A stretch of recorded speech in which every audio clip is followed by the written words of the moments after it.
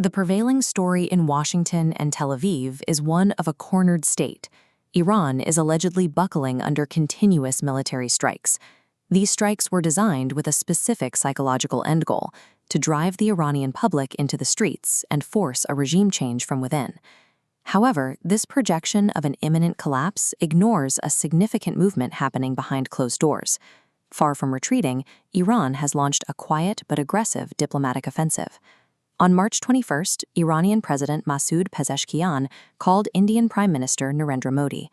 The official reason for the call was Nowruz, the Iranian New Year, a time typically reserved for routine holiday greetings. During this conversation, Pezeshkian delivered a sweeping list of conditions to end the war, intentionally bypassing Washington and the United Nations to hand his terms directly to New Delhi. Iran chose India as its mediator for three reasons: its current presidency of BRICS, an intergovernmental organization of emerging economies, its status as a neutral power, and its reliance on stable Middle Eastern shipping to secure its energy imports. By utilizing India, Iran is attempting to pull the geopolitical center of gravity away from Western diplomatic channels and toward the global south. The proposal Pezeshkian presented is built on three specific structural demands. The first demand is an immediate halt to all U.S. and Israeli military action.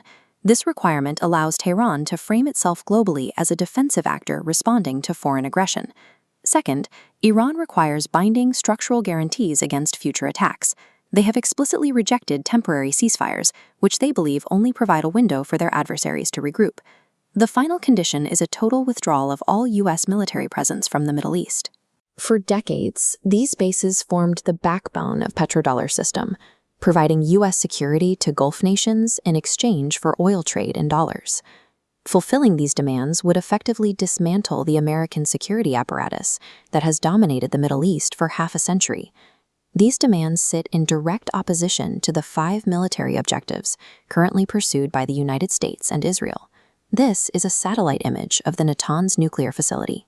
Objective 1 for the West is to neutralize Iran's enrichment capabilities to prevent the production of a nuclear weapon. Objectives 2 and 3 are the destruction of Iran's ballistic missile capabilities and the crippling of its domestic defense factories. This visual shows the Strait of Hormuz.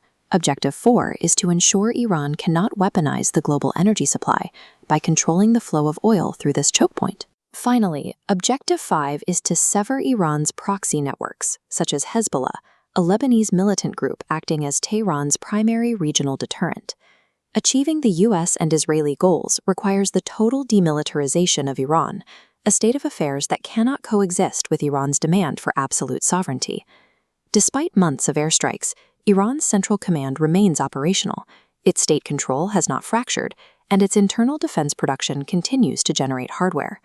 Evidence of this resilience surfaced recently when Iran demonstrated a strike capability reaching 4,000 kilometers, a range that covers the strategic U.S. military base at Diego Garcia in the Indian Ocean. This disconnect has led Iranian leadership to compare the conflict to the Vietnam War, noting that Washington frequently claimed victory while trapped in a prolonged war of attrition. The massive gap between the Western narrative and the military reality on the ground has created a stalemate, making a diplomatic backchannel the only viable path forward. This phone call between Modi and Pezeshkian will not end the war in the immediate future. The distance between Iran's demand for a U.S. retreat and the West's demand for Iranian demilitarization remains an unbridgeable diplomatic gap. The true weight of this ultimatum lies in the structural shift of how and where peace is being negotiated. By bypassing the White House to deliver terms to New Delhi, Iran is signaling a change in the mechanics of global power. Washington no longer holds a monopoly on the diplomatic channels used to define the security architecture of the Middle East. Moving forward, the road to regional stability will no longer be paved exclusively by Western ultimatums, but by the multipolar diplomacy of emerging powers like India.